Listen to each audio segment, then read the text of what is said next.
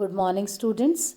Today we are going to begin a new lesson from our textbook Hornbill Landscape of the Soul that is written by Nathalie Troveroy.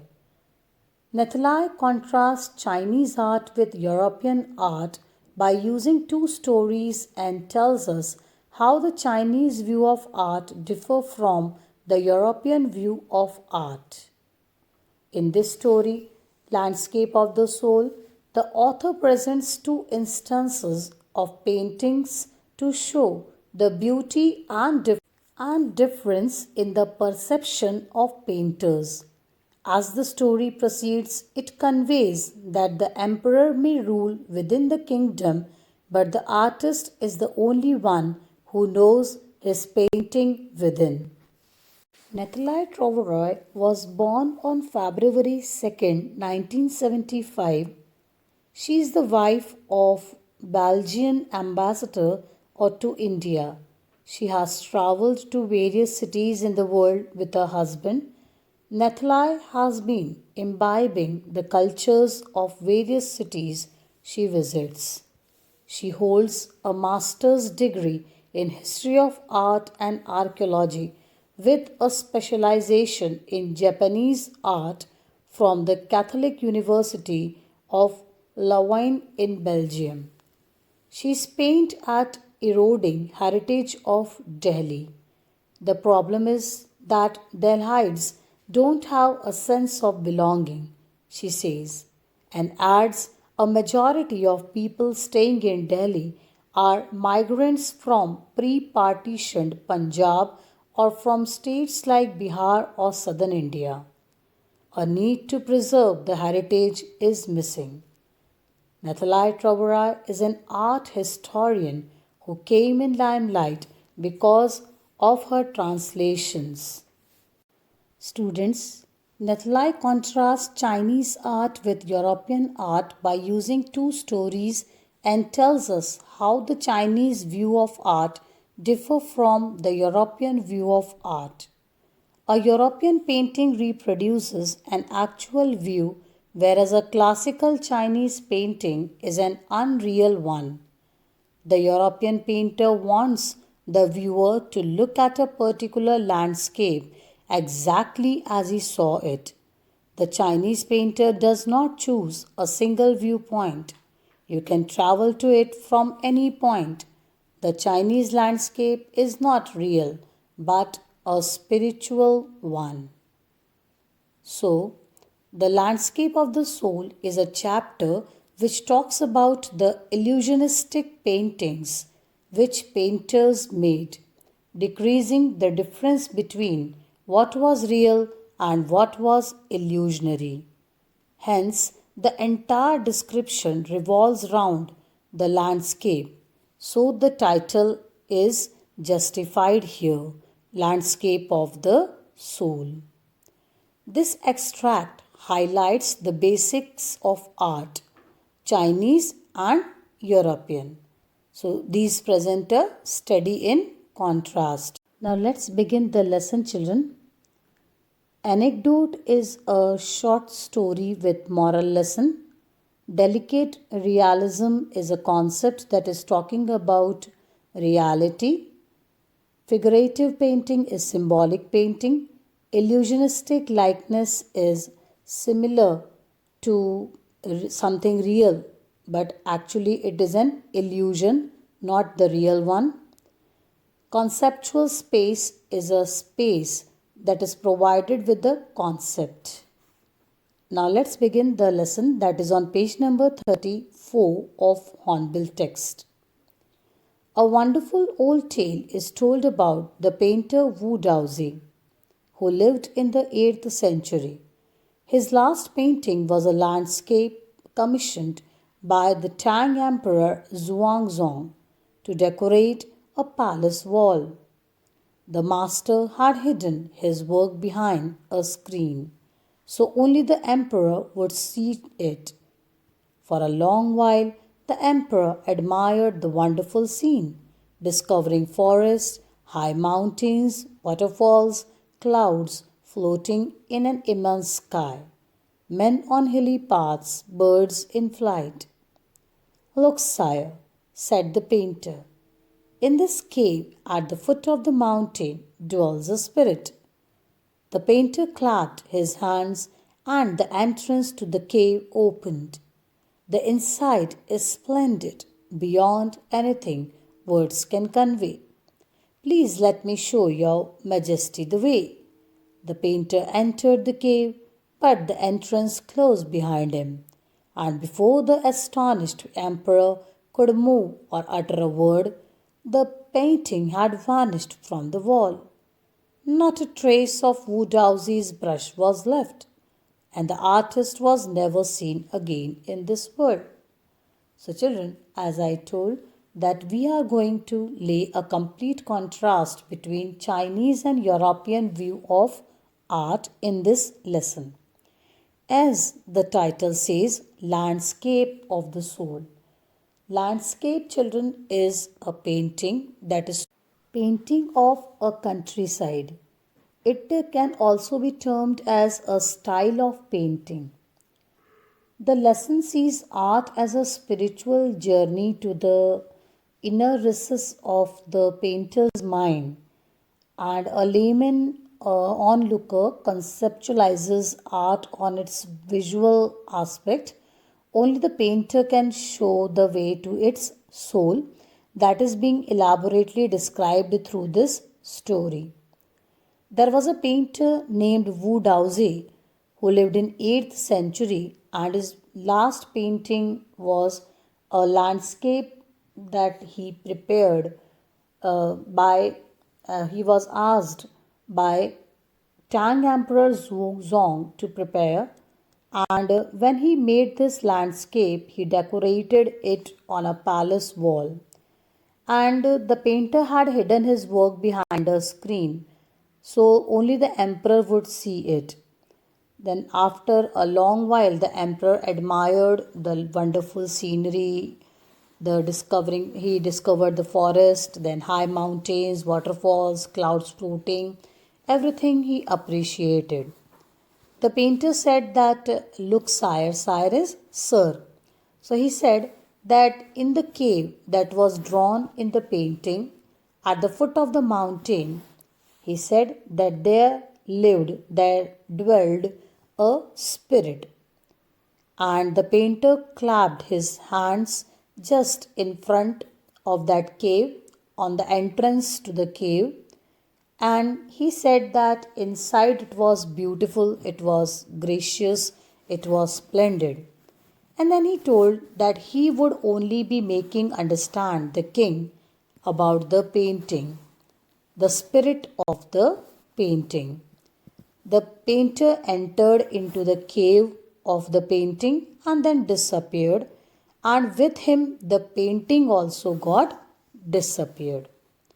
That astonished the emperor, that made the emperor surprised. So, this is talking about the soul of the landscape that could be understood only by the painter. Painter Woodhouse felt that nobody, only he could understand, nobody beside him could understand the inner beauty of the painting. The king could appreciate only the superficial art, and due to this reason, he went into the painting and disappeared. He did not try to make understand the king also about the inner beauty, the spirit of the painting, as he felt that the art could be understood only by him. Such stories played an important part in China's classical education. The books of Confucius and Zhuangzi are full of them. So, a lot of stories have been written by Confucius and Zhuangzi in this aspect, in this respect. They help the master to guide his disciple in the right direction. Disciple the followers. So the masters only guided their followers through these books. Beyond the anecdote, they are deeply revealing of the spirit in which art was considered. So this story that gives us this that tells us about something, the concept of the painting or whatever those Chinese painter felt about the paintings and all, about the art and all. They are revealing the spirit also of the art.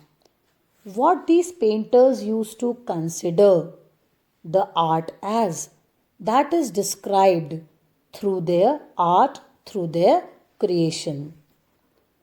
Contrast this story or another famous one about a painter who wouldn't draw the eye of a dragon he had painted for fear it would fly out of the painting, with an old story from my native Flanders that I find most representative of Western painting. Contrast to the previous story, the writer gives another story, talks about another story that is representing the Western painting or Western form of art. And she says that this story belongs to her native place, Belgium, Flanders. And so she says that it is completely an opposite one, contrast one, because the previous one was representing the Chinese view of art, and this story that is talking about a painter who did not draw the eye of a dragon in fear that it would fly out of the painting.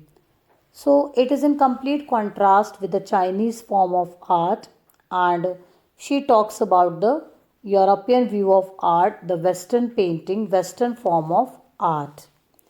In 15th century Antwerp, a master blacksmith called Quentin Metzi fell in love with a painter's daughter. The father would not accept a son-in-law in such a profession. So Quentin sneaked into the painter's studio and painted a fly on his latest panel with such delicate realism that master tried to swat it away before he realized what had happened. So, another form of art she is talking about in this para, she says that there was a master blacksmith in Antwerp. Antwerp is again a place. She talks about 15th century.